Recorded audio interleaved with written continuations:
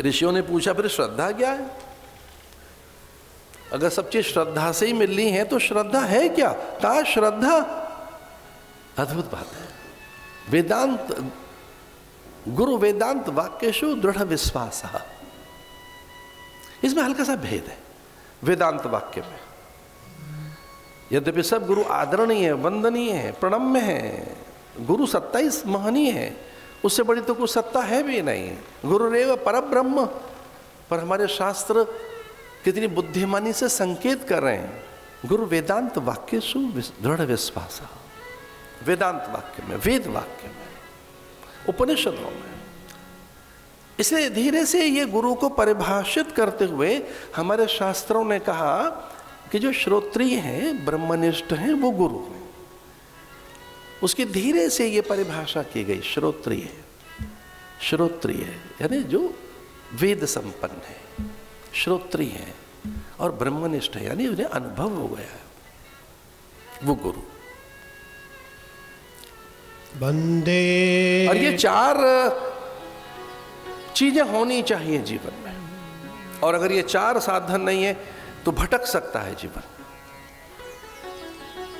ये चार आपके साधन में, आपके मार्ग में, आपने जो मार्ग लिया है, आपने जो साधन लिया है, जिस ढंग से आप जय, सिद्धि, शक्ति, सामर्थ्य, विभूति, विद्या, लोक परलोक की अनुकूलताएं चाहते हो, उसमें चार चीजें चाहिए। पहला, आपका साधन वेद विहित हो।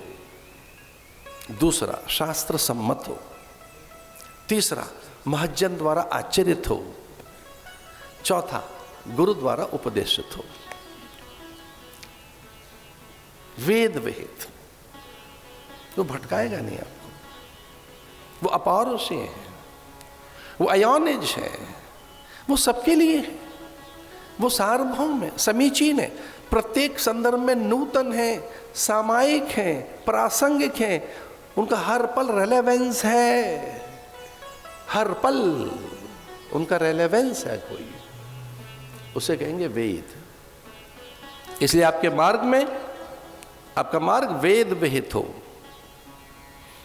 दूसरा, शास्त्र सम्मत हो, और तीसरा, महज्जन द्वारा आचरित हो।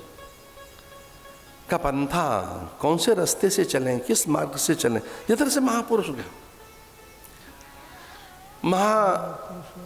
जनो ये न गता सपंथा, महाभारत में तो उसको धर्म बता दिया। महर्षि वेदव्यास कहते हैं ये धर्म है, इसी को धर्म मान लो। बड़ी बात कह दी उन्होंने, कैसे ये धर्म है? बोले जिधर से महापुरुष जा रहे हैं, जिधर से आपके माता पिता गए, परंपरा से आचार्य गए, उसी का अनुसरण करना। चूंकि शास्त्र आपको भटकाएगा नहीं, वेद आपको भ्रमित नहीं करेंगे। का पंथा, ये मार्ग है। महज्जन द्वारा आचरित मार्ग का अर्थ है उन्होंने उस पर आचरण किया हो। छुरस्य धारा निश्चता दुरत्या दुर्गम पथस्थ कवयो वदन्ति। कितनी बड़ी बात है। उन्होंने कहा है तो वही बड़ा कठिन। ये छुरा शब्द संस्कृत भाषा का है।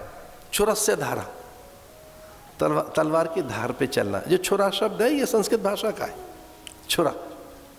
और उसकी भी पतली, वो बहुत उसके महीन धार, जिससे प्रहार होता है, भंजन होता है। वो शस्त्र